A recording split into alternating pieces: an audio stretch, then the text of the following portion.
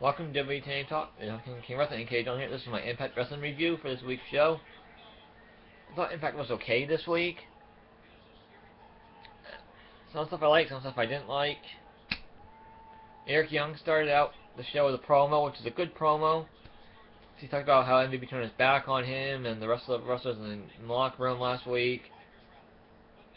Oh, he stabbed everybody in the back and how he's going to destroy MVP and pretty long promo, but good promo. He's good on the mic. Eric Young is, but I think he's gonna lose the title at Slammiversary. But Eric Young cut a good promo. I'd start the show. About Slammiversary, how his match with MVP at Slammiversary, how he's abusing his power, and how he attacked him last week, and how he wants the title match tonight, and the first match of the night was Willow taking on Magnus and Bram in a 1-on-2 handicap match. And this was an okay match. This was an okay match. I you know. Bram's trying to get Magnus to be this new back to his old roots, being more mean, more vicious. But Magnus isn't having it, and Bram gets this tire iron from the ring, throws in the ring, tells Magnus to use it. Magnus says no, he won't use it. He kicks it back out of the ring. Willow rolls him up for the 1-2-3, and Willow wins. I don't see the point of the Will character. They're not doing anything with the Will character whatsoever. He just comes out, wrestles every week, attacks people. That's it. No feud, nothing. Blake attacks a different person every week. It's weird. I don't get where they're going with a Willow gimmick, to be honest with you. But you can see where it goes. I'd rather have just Jeff Hardy wrestle as Jeff Hardy. I'm a big fan of Jeff Hardy. But we had Gail Kim versus Velvet Sky in a knockouts match. Gail Kim cut a promo before the match. This was a good match, good knockouts match. Gail Kim won. It's gonna be Gail Kim and Angelina Love at Slammiversary for the knockouts title. We've seen that a bunch of times. Have we not? We have. It is what it is, but they're not doing nothing with Brittany. Brittany loses every single match she's in so far, except for one. She's lost every single match since her debut. Brittany has lost every single match she's been in since her debut. She won her debut, but ever since then, she lost every single match she's been in. They're not doing anything with Brittany whatsoever. I don't know why not. It's confusing to me, to be honest with you.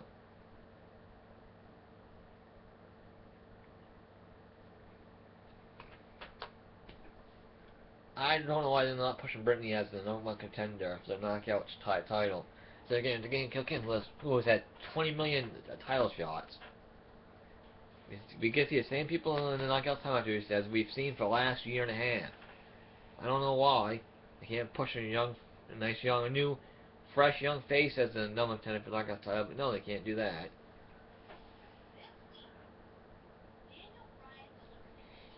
We had a triple threat extra time match with DJZ, Tiger Uno, and Sonata.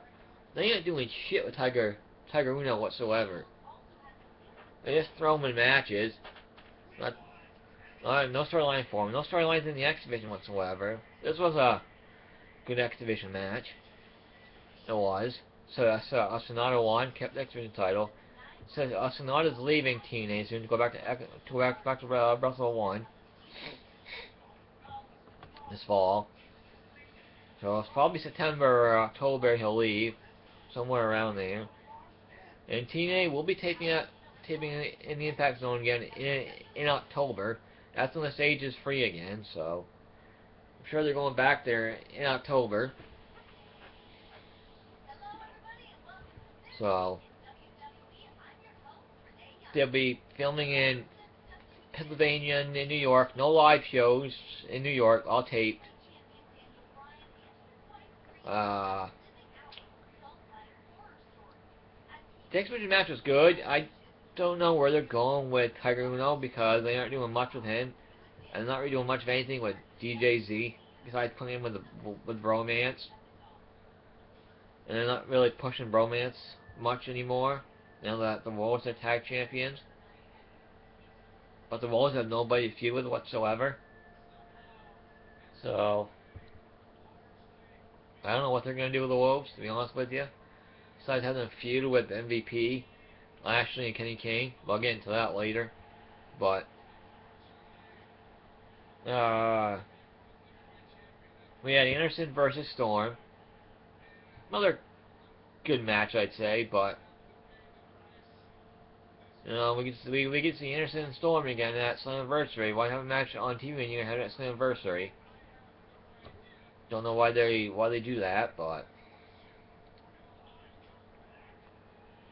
Storm won. He cheated. He spit the beer in Anderson's face and hit the super kick and pinned Anderson 1, 2, 3 and beat Anderson 1, 2, 3.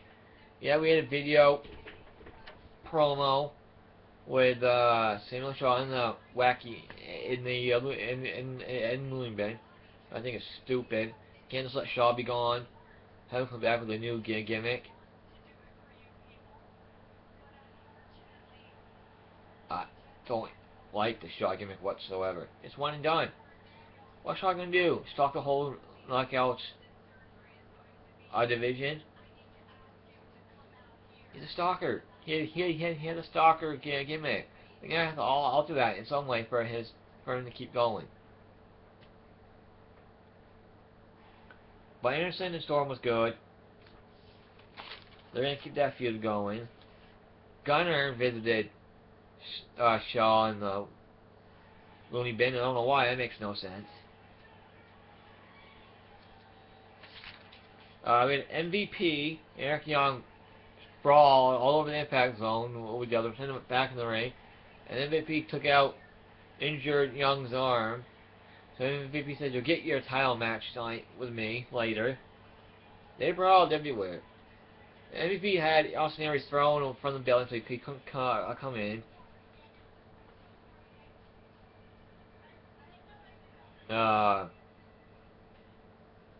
Bully Ray was shown in videos in Dixie's house all through the night. Spud was in there. He tied up Spud or something, and Dixie found Spud. Then Bully Ray was there, and he says, "I'll leave if you say Dixie fears Bully Ray." She's about to say it. She's about to say it.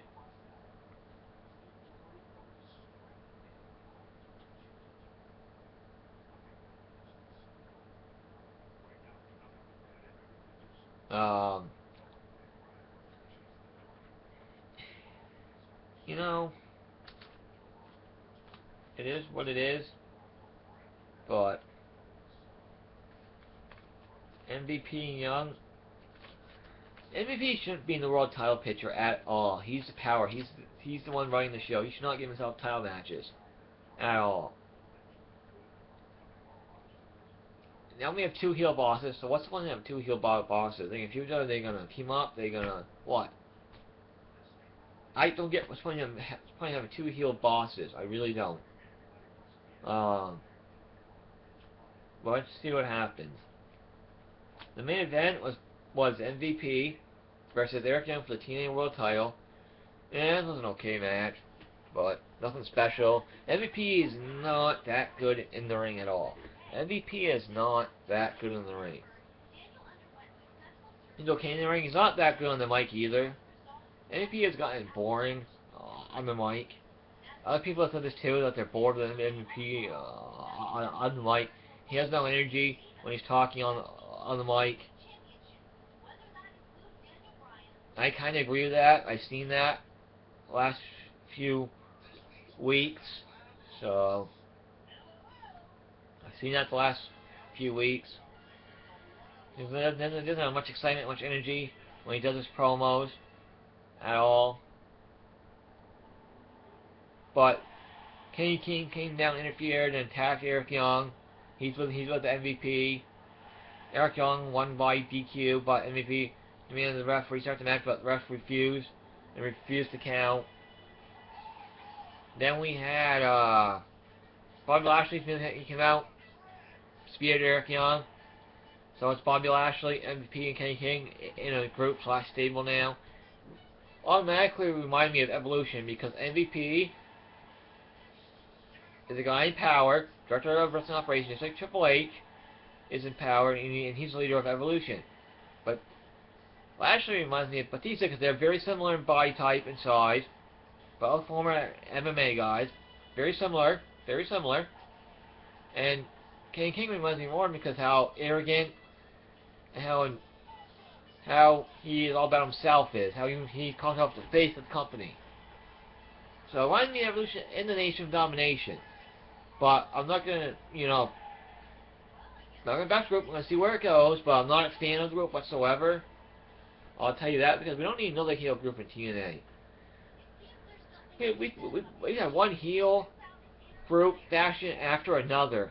Bam, we had Ace Lane, Dixieland, now we have MVP Land. We don't need it. We don't need another heel stable at all. MVP was turned heel way too soon. Okay, my final overall thought Impact was okay. C-.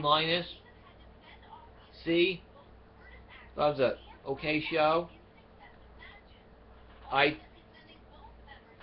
Final thoughts. I thought it was too soon to turn into MVP heel. He didn't need the heel turn. He was doing good as a face. Didn't need the heel turn. Heel turn made no sense whatsoever. It came out of nowhere. Yeah, there were little hints, but not really. Because there weren't really heel tactics anything he was doing. He was guy in power. He had to make the decision. But now he's just abusing his power, just like Dixie Carter did. We don't need that again. MVP said that's why he got rid of Dixie Carter. He didn't want another Dixie Carter in TNA. He's Dixie Carter all over again. I don't get it. Why go that road again? TNA can't come up with anything new and better. Other than that, we're doing the same again, do the same storyline again with MVP. He's taking the place of Dixie Carter.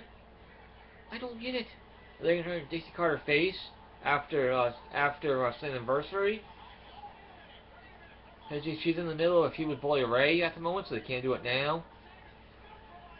I don't know. I don't know what to think right now. I don't think TNA knows what direction they want to go in right now, because they've been all over the place. Bobby Roode's face 1 week, Bobby Roode's a heel next week, face next week, heel next week. They can't decide what they want to do with Bobby Roode, want heel or face. Because they've turned a Biz heel face so many times it's not even funny. It's ridiculous. I don't know, to be honest with you. Well, I don't know if Falcon will resign with TNA, not keep them on Spike TV. I don't know. Who knows? But one of the biggest problems with TNA right now, advertising. They suck at advertising for promoting.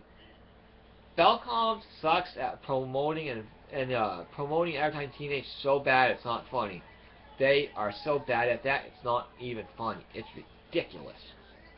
They need to get better on that, but we'll see where things go. Not a huge fan of the next group either, because they made the Crazy Steve versus Kazarian match for Impact Wrestling this past week was a joke. They made wrestling look like a joke this past Thursday on Impact. Crazy Steve was running around the ring like an idiot. It was one of the worst settings I've seen in wrestling, period. I was not a fan of it, but wait to see when they go to the group. When they go to the group, they're gonna have the menagerie feud with the Romance, which makes no sense because they're both heels groups, as far as like seems. But we'll see where that goes. But this has been WWE Talk. Host King Wrestling, King John Harris, my Impact Wrestling review. Thank you for listening. See you later.